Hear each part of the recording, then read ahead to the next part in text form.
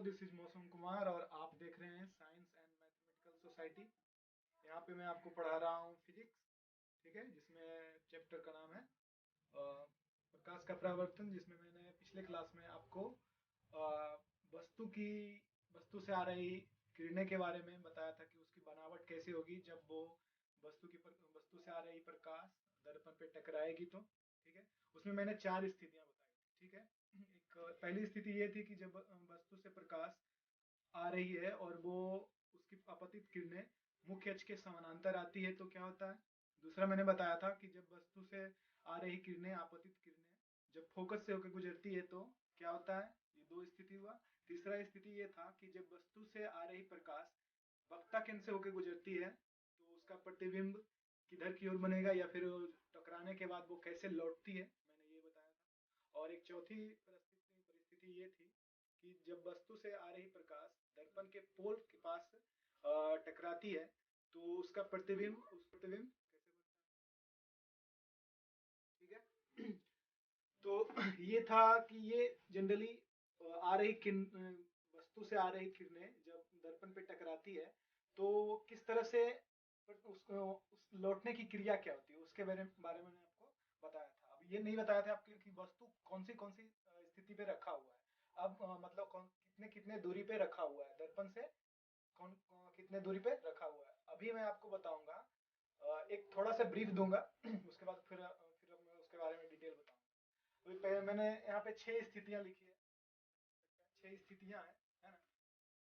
उन परिस्थितियों में प्रतिबिंब वस्तु का कैसे बनेगा, कहने का मतलब ये हो गया कि वस्तु अवतल दर्पण से कौन कौन सी दूरी पर रखा हुआ है और उन दूरी से आ रही आपतित किरणें जब दर्पण से टकराती है तो फिर उसका प्रतिबिंब कहाँ पे बनता है, यानी वस्तु से आ रही आपतित किरणें परावर्तित होने के बाद कहाँ बनता है प्रतिबिंब, उसके बारे में आगे पढ़ेंगे। फिलहाल हम देखते हैं कि वस्तु को कहाँ कहाँ रख सकते हैं, ठीक है, उन स्थितियों के बारे में। तो यहाँ पे लिखा हुआ भी है, टॉपिक का नाम है अवतल दर्पण के सामने विभिन्न दूरियों पे रखी वस्तु का प्रतिबिंब, ठीक है। पहला मैंने लिखा है कि हाँ वस्तु के बारे में बात कर रहे हैं, ठीक है। पहला स्थिति है कि जब वस्तु को फोकस और ध्रुव के बीच रखें, ये अवतल दर्पण की बात में से। बाकी और भी कंडीशन उत्तल दर्पण में भी होगा, फिलहाल अवतल दर्पण पर फोकस कर लेते हैं। उसमें एक दो स्थिति बनता है, उसके बारे में फिर आगे, ठीक है। ये अवतल दर्पण है, जैसा कि आप देख रहे हैं बाहरी कलर किया हुआ है, तो ये अवतल दर्पण हो गया, ठीक है। ये इसका पॉइंट P है, जिसको हम पोल भी बोलते हैं या फिर ध्रुव बोलते हैं, ठीक है। ये हो गया उसका फोकस हो गया, ठीक है, F। और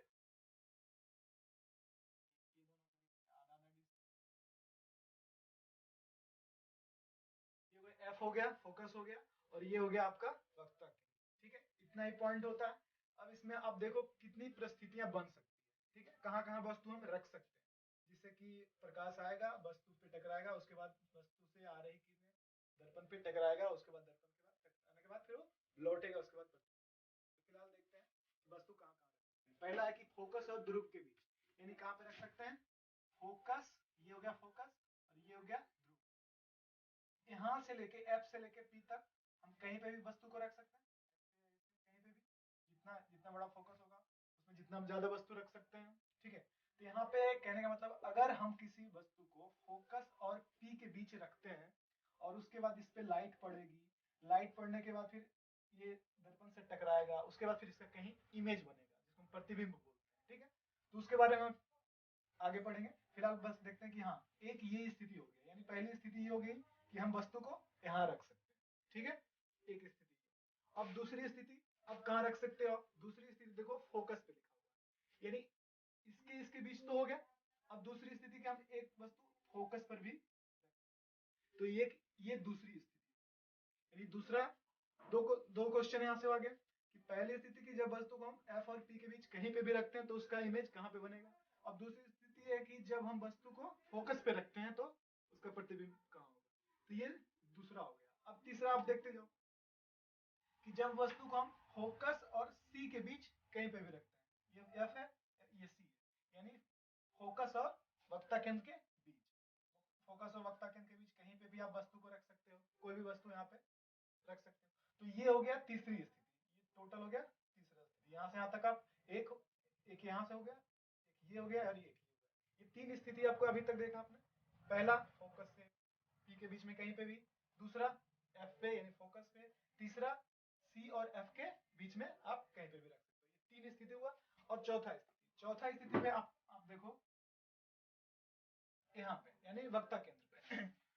चौथी स्थिति में वस्तु को कहाँ पे रख सकते हैं, वक्ता केंद्र पे। ये चौथा स्थिति हो गया, यानी 1 2 3 4 चौथा।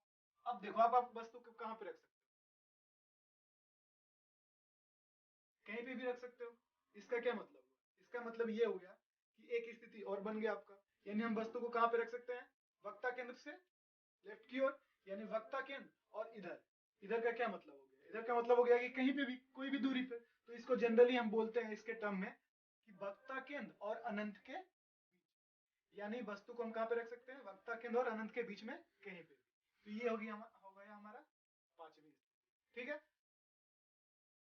अब ये पांच स्थिति तो डायरेक्ट आपको दिख रहा है कि पहला स्थिति फोकस और पोल के बीच में कहीं भी, समरी देख लो आप इसका, फोकस और पोल के बीच में कहीं भी। दूसरा स्थिति फोकस पे अगर वस्तु को रखते हैं तो क्या होता है। तीसरा स्थिति अगर फोकस और केंद्र के बीच में अगर वस्तु को रखते हैं तो क्या होता है। चौथा स्थिति अगर हम वस्तु को केंद्र पे रखते हैं तो क्या होता है। पांचवा स्थिति अगर वस्तु को केंद्र और अनंत के बीच में कहीं पे रखते हैं तो क्या होता है। ठीक है, ये हो गया पांचवा स्थिति। अगर अब एक स्थिति और आपको मैं बताता हूँ कि अगर वस्तु आपको दिख ही नहीं रहा और उसका प्रकाश यहाँ पे दर्पण पे आ रहा हो, ठीक है, आपका मुख्य अक्ष है, ठीक है। अगर वस्तु आपको दिख ही नहीं रहा है कहाँ पे रखा हुआ है ना, और वस्तु सीधे समानांतर आ रही है, ठीक है, वस्तु से इमेज ये आपतित किरणें आ रही है, इसका मतलब है कि आप बोल सकते हो कि अगर वस्तु अनंत पे रखा हुआ है, यानी हमको पता नहीं है कहीं पे भी वस्तु रखा हो, उसका इमेज उससे आ रही आपतित किरणें डायरेक्ट इस पे टकराती है, तो एक स्थिति हम उसको भी मान लेते हैं। ठीक है, तो टोटल कितनी स्थितियां, 6 स्थिति। उसी का मैंने यहाँ पे लिखा है कि एक हो गया फोकस और ध्रुव के बीच, दूसरा हो गया फोकस पर, तीसरा हो गया वक्ता केंद्र और फोकस के बीच में, चौथा हो गया वक्ता केंद्र, पांचवा हो गया वक्ता केंद्र अनंत के बीच में, और छठा हो गया अनंत पर। तो ये 6 स्थिति होती है जिसको हम बोल रहे हैं कि 6 स्थिति का मतलब 6 पोजीशन, वक्ता केंद्र का 6 पोजीशन जहां पे हम वस्तु को रख सकते हैं, उसके अकॉर्डिंगली प्रतिबिंब बनेगा। जब उससे प्रकाश पड़ेगा, उससे किरणें दर्पण से टकराएगी और उसके बाद लौटेगी तो प्रतिबिंब बनेगा। ठीक है, तो ये 6 पोजीशन मैंने डिफाइन कर लिया कि कहाँ कहाँ पे वस्तु को रखना है। ठीक है, अब उसके बारे में पढ़ेंगे कि अगर वस्तु को पहली स्थिति पे रखते हैं तो प्रतिबिंब कहाँ बनता है। अब हमको प्रतिबिंब के बारे में देखना है। पहला था कि वस्तु कहाँ रखा हुआ है, ठीक है, और दूसरा अब इसका देखना है कि अगर वस्तु वहां पे है तो इसका प्रतिबिंब कहाँ, यानी 6 स्थिति में 6 तरीके का प्रतिबिंब बनेगा। राइट, तो अब उसके बारे में पढ़ेंगे। ठीक है,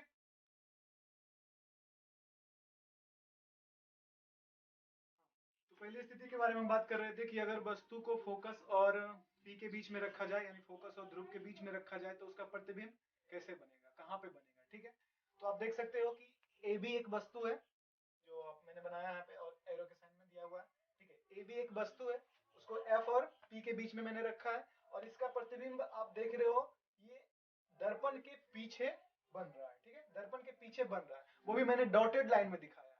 इसका मतलब ये है कि ये एक्चुअली यहाँ पे नहीं बन रहा है, ये आभासी प्रतिबिंब। ठीक है ना, इसको हम काल्पनिक तरीके से मान लेते हैं कि ये पीछे बन रहा है। ठीक है, तो ये बन कैसे रहा है उसके बारे में देखते हैं, इसका मैकेनिज्म। ठीक है,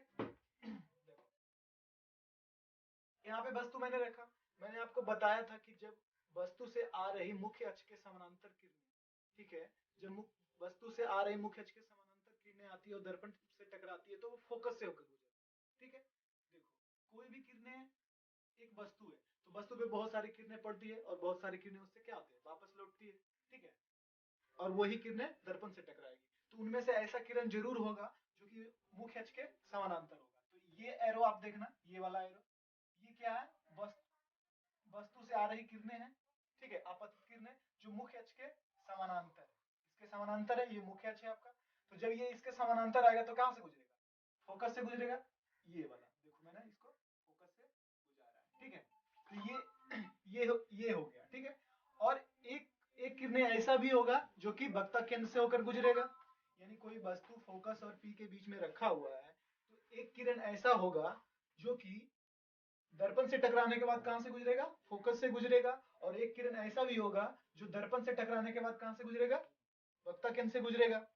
जरूरी नहीं है और भी जगहों से गुजर सकता है, बट यहां से भी गुजरेगा। ठीक है, तो हम वस्तु का जब पूरी तरह से रचना करेंगे, प्रतिबिंब करेंगे, तो जनरली हम यही देखते हैं। ठीक है, कि एक को कहां से गुजारते हैं, फोकस से, और एक को कहां से गुजारते हैं, वक्ता केंद्र। ठीक है, मैंने इस तरह से गुजार लिया।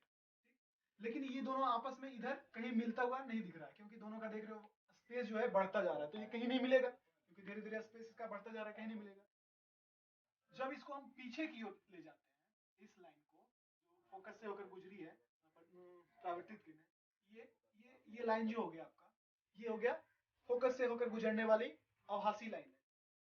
और ये वाला लाइन हो गया जो सी से गुजर रहा है, वक्ता केंद्र से, इसका आभासी लाइन हो गया। ठीक है, जब मैंने पीछे की ओर इसको ले गया तो ये यहाँ पे आके मिल गया। ठीक है, यहाँ पे आके मिल गया, इसका मतलब हो गया कि वस्तु का जो साइज होगा ये इतना ही होगा। ठीक है, उसके बाद मैंने इसको यहाँ पे ड्रॉ कर दिया। तो कहने का मतलब ये हो गया, यहाँ से मैंने ये देखा कि जब वस्तु को फोकस और ये पोल के बीच में रखते हैं, ठीक है, तो इसका प्रतिबिंब दर्पण के पीछे बनता है ना, और वो बनता हुआ प्रतीत होता है, आभासी प्रतिबिंब होता है, सीधा होता है और बड़ा होता है।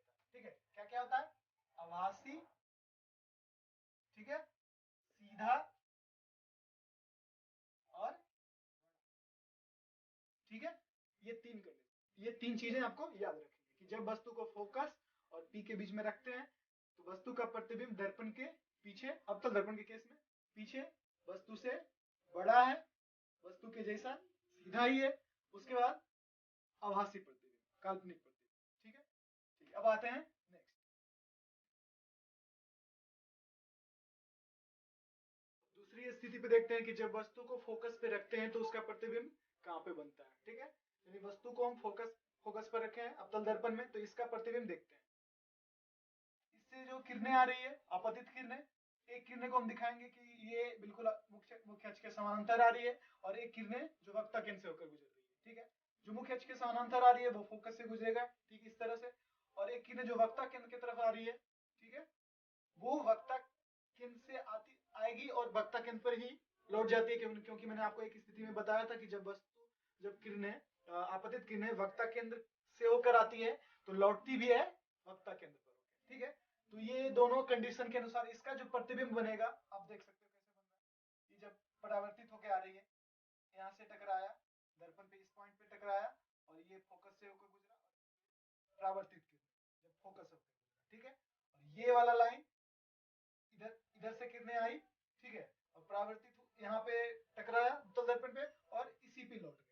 क्यों, क्योंकि वक्ता केंद्र पे जब कोई किरणें आती है तो वक्ता केंद्र से ही लौट जाती है। ठीक है, तो यानी आप यहाँ पे देख रहे हो ये किरणें, जो दोनों परावर्तित किरणें हैं, कहीं पे भी नहीं मिल पा रहा है, यानी दोनों बिल्कुल समान दूरी से आगे की ओर बढ़ता जा रहा है। ठीक है, ये आप देख रहे हो बढ़ता जा रहा है। इसका मतलब क्या हुआ कि जब भी कोई वस्तु को आप फोकस पे रखते हो तो वो नहीं मिलती है, वो कहीं पे भी नहीं मिलती है। ठीक है, इसलिए हम इसको बोल देते हैं कि ये अनंत पे मिलता है।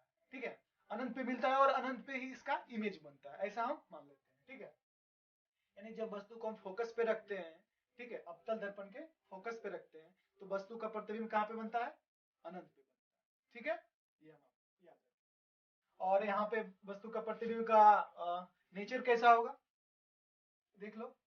ये वस्तु यहाँ पे रखा हुआ है, वस्तु क्या हो गया, उल्टा कहीं पे बनेगा अनंत पे, क्योंकि इधर ये जा रही है, और इससे बड़ा भी हो सकता है।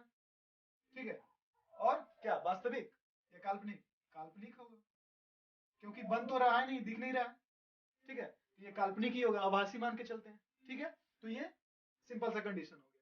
पहला कंडीशन ने आपको बताया कि जब वस्तु को फोकस और पी के बीच में रखा जाए तो क्या होगा। दूसरा कंडीशन का वस्तु मैंने बताया कि वस्तु को फोकस पे रखते हैं तो उसका प्रतिबिंब कहाँ बनेगा। ठीक है, ये आपने नोट कर लिया। ठीक है, अब बताएंगे नेक्स्ट में आपको क्या, कि जब वस्तु को वक्ता केंद्र और फोकस के बीच में रखते हैं तो क्या होता है। तीसरी स्थिति के बारे में बात करेंगे कि जब वस्तु को हम फोकस और वक्ता केंद्र के बीच में रखते हैं तो इसका प्रतिबिंब कहाँ पे बनता है। अब देख लो, ये वक्ता केंद्र है और ये फोकस है। यहाँ पे मैंने वस्तु को रखा ए बी, ठीक है, ए बी डैश नहीं है, ए बी है, यहाँ पे वस्तु को मैंने रखा, अब इसका प्रतिबिंब कहाँ पे बन रहा है ये देखो, ठीक है। अब ये यहाँ पे कैसे बना इसके बारे में देखते हैं। एक मैंने बताया था कि जब वस्तु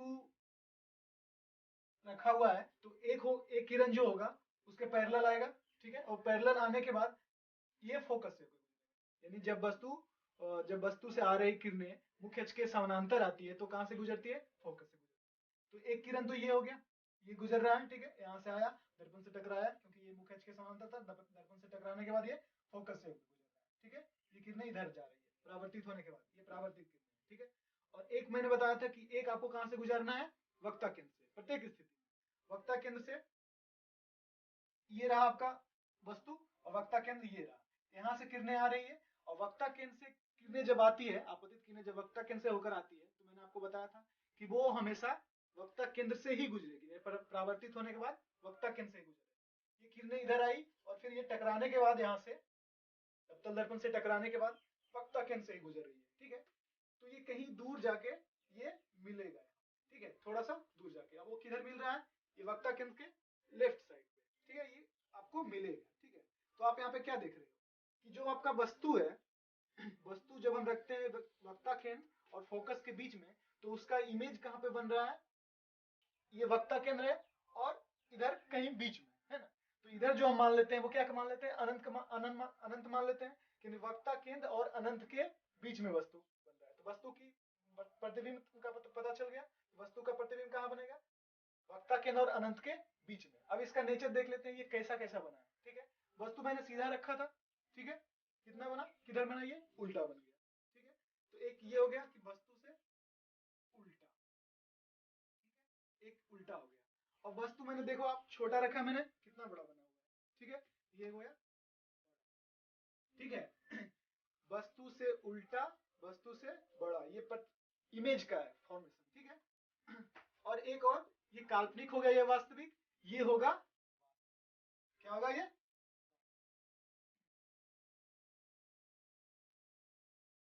इससे पहले आपने दो देखा था, जो एक वस्तु को मैंने रखा था कहाँ पे, फोकस पे, वो अनंत पे बन रहा था तो वो भी काल्पनिक। एक वस्तु को रखा था मैंने एफ और पी के बीच में, जो पीछे की ओर बन रहा था, दर्पण के पीछे की ओर, वो भी बन रहा था काल्पनिक। लेकिन जब हम वस्तु को वक्ता केंद्र और फोकस के बीच में रखते हैं तो इसका प्रतिबिंब कहाँ पे बनता है, वक्ता केंद्र और अनंत के बीच में बनता है, और ये वास्तविक प्रतिबिंब बनता है। ये आपको याद रखना है, यहाँ पे ये वास्तविक प्रतिबिंब बनता है, वस्तु से उल्टा बनता है और वस्तु से बड़ा बनता है, ठीक है। अब आते हैं हम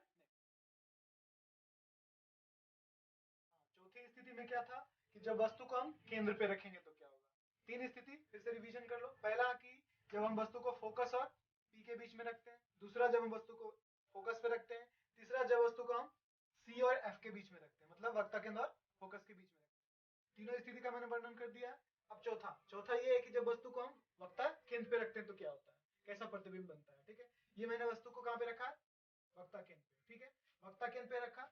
इसका प्रतिबिंब आप देख रहे हो, इसके जस्ट अपोजिट उल्टा सेम साइज का बन रहा है, ठीक है ना। अब देखते हैं कि ये बन कैसे रहा है, इसका मैकेनिज्म क्या है, ठीक है। वस्तु से लाइट आ रही है, ये आपतित किरणें हो गई, ठीक है। आपतित किरणें दर्पण से टकराने के बाद फोकस से गुजर, क्यों गुजर रही है, क्योंकि ये क्या है, मुख्य अक्ष के समानांतर कोई भी किरणें आएगी वो फोकस से ही गुजरेगी, ठीक है। और इससे पहले मैंने जितने भी बताया उसमें सब ये एक कंडीशन, एक किरणें तो होगा ही जो कि फोकस से होकर गुजरेगा, कब, जब ये पैरेलल आ रहा है तो, ठीक है। अब दूसरा दूसरा किरणें में कहां से गुजरता था, सेंटर ऑफ कर्वेचर, मतलब ये सी से गुजरता था, यानी वक्ता केंद्र से गुजरता था। अब क्या है, इसमें इसमें वस्तु पहले से ही वक्ता केंद्र पर है तो वक्ता केंद्र से नहीं गुजारेंगे, बस इसमें फोकस से होकर गुजारेंगे। इससे पहले मैंने जितना भी बताया उसमें था कि वस्तु को एक किरण गुजारना है कहां से, आपतित होगा दर्पण से, मुख्य अक्ष के समानांतर आएगा, उसके बाद दर्पण से परावर्तित होने के बाद वो फोकस से गुजरेगा एक, और दूसरे किरणें को कहां गुजारना है, सेंटर से, यानी वक्ता केंद्र से। इसमें क्या है कि एक किरणें तो जाएगा ही, फोकस से गुजरेगा ही, टकराने के बाद, परावर्तित होने के बाद। दूसरी किरणें कहां से गुजरेगा, दूसरी किरणें कहां पे आपतित होगी, फोकस पे ही आपतित होगी, फोकस पे ही आपतित हो रहा है, ठीक है। और परावर्तन के बाद बिल्कुल ये समानांतर हो जाता है। याद करो मैं पिछले क्लास में बताया था कि जब किरणें फोकस से होकर गुजरती है तो ये बिल्कुल मुख्य अक्ष के समानांतर परावर्तित हो जाती है। ये मुख्य अक्ष है तुम्हारा, ठीक है, और ये समानांतर परावर्तित हो रहा है ना। दो परावर्तित किरणें, एक परावर्तित किरणें फोकस से होके गुजर रही है, दूसरी परावर्तित किरणें मुख्य अक्ष के समानांतर गुजर रही है, और दोनों कहाँ पे मिल रहा है, इस पॉइंट पे आके मिल रहा है, ये वाला परावर्तित किरणें और ये वाला परावर्तित, ये है जो फोकस से होके गुजरी है, और ये वाला ये कौन सा किरण है, आपतित किरण है, फोकस से होके गुजरी। ये आपतित किरण क्या थी, ये आपतित किरण पैरेलल थी, ये परावर्तित के बाद फोकस से गुजरी। यहाँ पे कंफ्यूज मत करना कि दोनों तो आपने इसी से गुजारा है, हाँ गुजारा है, लेकिन एक आपतित किरण है और एक परावर्तित किरण है। ये वाला जो देख रहे हो आपतित किरण, ठीक है, और ये वाला जो है परावर्तित किरण है। कौन, जो यहाँ इसका आपतित ये हो गया परावर्तित, और ये वाला आपतित किरण जो है ये हो गया उसका परावर्तित। ठीक है, दोनों कंफ्यूज मत कर, इसका आपतित ये परावर्तित, इसका आपतित ये परावर्तित, दोनों आगे कहाँ पे मिला, यहाँ पे आके मिला। ठीक है, और वस्तु का इमेज यहाँ पे बना दिया। ठीक है, देख लो जितना बड़ा वस्तु था उतना बड़ा ही वस्तु बना है, यानी सेम साइज में क्या होगा, सेम होगा। ठीक है, और क्या होगा, उल्टा होगा, और इसमें आपको सिर्फ एक याद रखना है, उल्टा, वास्तविक और सेम साइज। ठीक है, अब आते हैं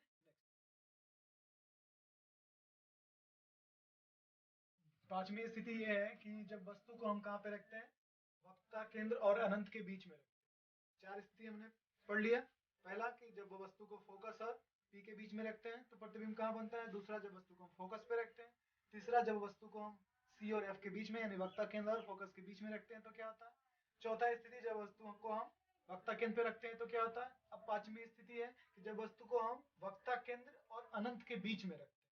ये रहा वस्तु आपका ए और ए बी, वस्तु का मैंने नाम दिया है ए बी। ठीक है, रखा हुआ है केंद्र, वक्ता केंद्र और अनंत के बीच, इधर हम अनंत कहते हैं, अनंत और वक्ता केंद्र के बीच में रखा हुआ। अब इसका इमेज कहाँ पे बन रहा है, इसका प्रतिबिंब, प्रतिबिंब का मतलब ये दर्पण से टकराने के बाद इसके जो आपतित प्रकाश किरणें पड़ी और वो आपतित किरणें के रूप में दर्पण पे आई, दर्पण से टकराने के बाद प्रतिबिंब कहाँ पे उसका, तो इसका एक किरण ये आ रही है आपतित किरणें है, जो किसके आ रही है, पैरेलल आ रही है मुख्य अक्ष के, और मुख्य अक्ष के पैरेलल का मतलब कहाँ से गुजरेगा, टकराने के बाद फोकस, टकराया और फोकस से, ठीक है, ये हो गया फोकस से गुजरा एक किरण।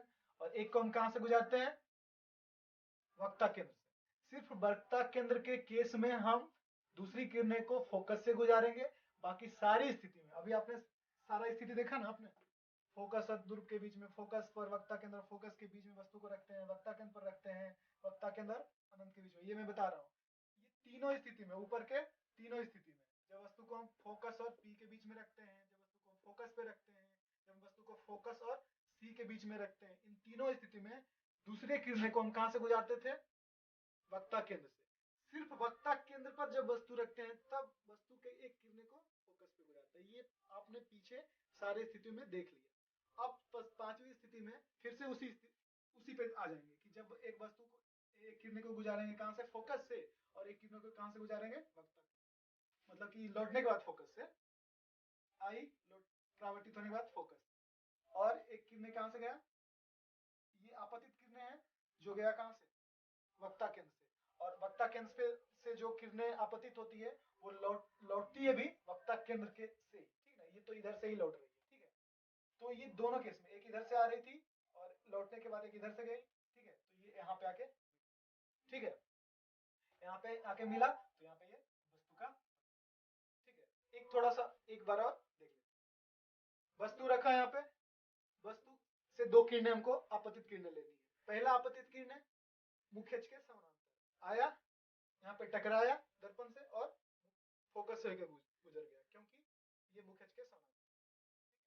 दूसरा आपतित किरणें ये आया, केंद्र से होकर गुजरा, टकराया और वापस फिर केंद्र की ओर चला गया।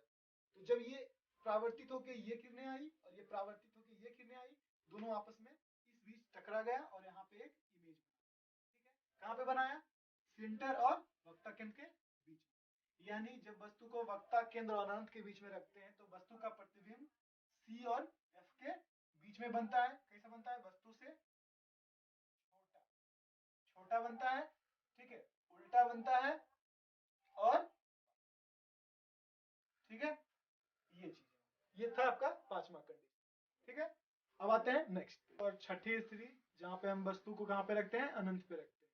ठीक है, 5 स्थिति का वर्णन मैं कर चुका हूँ, बता भी चुका हूँ कि आपको वस्तु को कहाँ कहाँ पे रखते हैं तो उसका प्रतिबिंब कहाँ पे बनता है और उसका वस्तु का नेचर कैसा होता है। ठीक है, अब हम देखते हैं कि वस्तु को जब हम रखते हैं कहाँ पे, अनंत पे, यानी हम समझते हैं कि अनंत पे कोई वस्तु रखा हुआ है और वहां से किरणें आ रही है और दर्पण पे टकरा रही है। दर्पण पे टकराने के बाद उसका प्रतिबिंब कहाँ पे बने। ठीक है, तो ये मैंने लाइन दिखाया है जो अनंत से आ रही आपतित किरणें। ठीक है, कोई भी वस्तु पे अनंत पे रखा हुआ है, उसका उससे किरणें आ रही है और ये दर्पण पे टकरा रही है। ठीक है, अवतल दर्पण पे टकरा रही है। ठीक है, टकराने के बाद वो वस्तु का प्रतिबिंब कहाँ है, एक यहाँ पे टकराया और एक हम लेते हैं यहाँ पे पोल पे दिखाते, दर्पण के पोल पे दिखाते, और जब पोल पे टकराने के बाद वो इस तरह से प्रतिबिंब लौटता है, मतलब उसका परावर्तित किरण गुजरती है। ठीक है, तो वो फाइनली कहाँ पे दिखाती है, फोकस पे, फोकस पे बनता है उसका प्रतिबिंब। बस इसमें आपको इतना ही याद रखना है और चीजें याद कर लेनी कि जब वस्तु आप अनंत पे रखा हुआ है, अनंत पे से आ रही आपतित किरणें जब दर्पण से टकराएगी, ठीक है, एक को आपको पोल पे टकराना है, टकराने के बाद वो बनाएगा आई और आर। ठीक है, और यहाँ से गुजर जाएगा। ठीक है, और गुजरने के बाद इसका इमेज जो आपको बनता है वो कहाँ पे बनेगा, फोकस पे। और फोकस पे बन रहा है प्रतीक, आप देख रहे हो कैसा बन रहा है, उल्टा बन रहा है, वास्तविक बन रहा है और छोटा। ठीक है, उल्टा, वास्तविक और ये छठी स्थिति, 6 के 6 स्थिति मैं आपको बता चुका हूँ। ठीक है, जब वस्तु पहला क्या था, फोकस और पी के बीच में रखा हुआ, तो वस्तु का प्रतिबिंब कैसा होगा। दूसरा, फोकस पे रखा हुआ तो प्रतिबिंब कैसा होगा। तीसरा, जब जब वस्तु फोकस और वक्ता केंद्र के बीच में हो तब कैसा प्रतिबिंब होगा। चौथा, जब वक्ता केंद्र पर हो तब उसका प्रतिबिंब कैसा होगा। पांचवा क्या था, जब वस्तु वक्ता केंद्र और अनंत के बीच में हो तो प्रतिबिंब कैसा बनेगा। छठी स्थिति में आपको यहाँ पे अभी बताया कि जब वस्तु अनंत पे रखा हुआ है और अनंत से आ रही किरणें जब दर्पण से टकराती है तो उसका प्रतिबिंब कहाँ पे बनता है, फोकस पे बनता है। कैसा, उल्टा, वास्तविक और क्या, वास्तविक और उल्टा और छोटा। ठीक है, तो ये रहा आपका अवतल दर्पण में 6 विभिन्न दूरियों पे रखी हुई वस्तु का प्रतिबिंब का मैकेनिज्म मैं आपको बता चुका। ठीक है, और इससे कोई रीज हो आप कमेंट में पूछ सकते हैं, तो उसके बाद फिर मैं आपको नेक्स्ट टॉपिक बताऊंगा। ठीक है।